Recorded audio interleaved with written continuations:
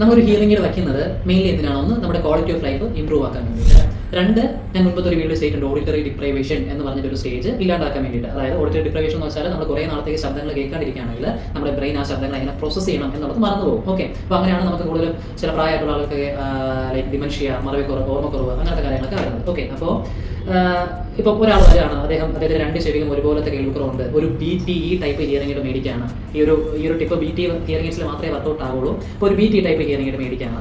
അപ്പോൾ BT type hearing എയ്ഡിൽ അതിൻ്റെ attachment വരുന്ന ടിപ്പാണ്, ഇയർ ടിപ്പാണ്. അപ്പോൾ ഇയർ ടിപ്പ് നമുക്ക് തിരിച്ച് റൈറ്റിലോ ലെഫ്റ്റിലോ നമുക്ക് കയറ്റി വയ്ക്കാൻ പറ്റും. പക്ഷേ ഇപ്പോൾ ഒരു RIC ആണെങ്കിൽ അതിൻ്റെ റിസീവർ സെപ്പറേറ്റ് ആണ്, റൈറ്റിലും ലെഫ്റ്റിലും സെപ്പറേറ്റ് ആണ്. അപ്പോൾ നമുക്കത് തിരിച്ച് വയ്ക്കാൻ പറ്റില്ല. ഓൾസോ കസ്റ്റം ചെവിയുടെ ഉള്ളിൽ വയ്ക്കാൻ പറ്റുന്ന ഹിയറിംഗ് എയ്ഡ് ആണെങ്കിലും നമുക്ക് അങ്ങനെ മാറ്റി യൂസ് ചെയ്യാൻ പറ്റില്ല. സോ അതുകൊണ്ടാണ് BT ടൈപ്പ് ഹിയറിംഗിൽ മാത്രമേ ഇത് വർക്ക് ആവുള്ളൂ എന്ന് ഞാൻ പറഞ്ഞത്.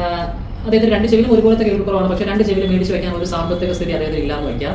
നമുക്ക് എന്ത് ചെയ്യാന്ന് വെച്ചാൽ, നമുക്ക് ആ ഒരു ഹിയറിംഗ് എയ്ഡ്സിൽ പ്രോഗ്രാംസ് ആഡ് ചെയ്ത് വയ്ക്കാൻ പറ്റും. അപ്പോൾ ഒരു പ്രോഗ്രാം ഒരു ചെവിയിലേക്ക് വേണ്ടിയിട്ട് സെറ്റ് ചെയ്ത് വയ്ക്കാം, രണ്ടാമത്തെ പ്രോഗ്രാം മറ്റേ ചെവിയിലേക്ക് വേണ്ടിയിട്ട് സെറ്റ് ചെയ്യാം. എന്നിട്ട് അത് ആദ്യത്തെ ആഴ്ച ഈ ഒരു സൈഡിൽ യൂസ് ചെയ്യാം, രണ്ടാമത്തെ ആഴ്ച ഈ ഒരു സൈഡിൽ യൂസ് ചെയ്യാം. അങ്ങനെ വീക്ക്ലി ബേസിസ് നമുക്ക് രണ്ട് ചെവിയിലും ആൾട്ടർനേറ്റ് ആയിട്ട് സെൻസറി ഇൻപുട്സ് നമ്മുടെ ഓഡിറ്ററി കേൾവിയുടെ ഞരമ്പിലോട്ട് കിട്ടിക്കൊണ്ടിരിക്കും. സോ ദാറ്റ് ഈ പറയുന്ന ഒരു ഓഡിറ്ററി ഡിപ്രൈവേഷൻ എന്ന് പറയുന്ന ഒരു സാധനത്തിനെ ഒരു പരിധി വരെ നമുക്ക് ചേർത്ത് നീക്കാൻ പറ്റും. Okay, so yes.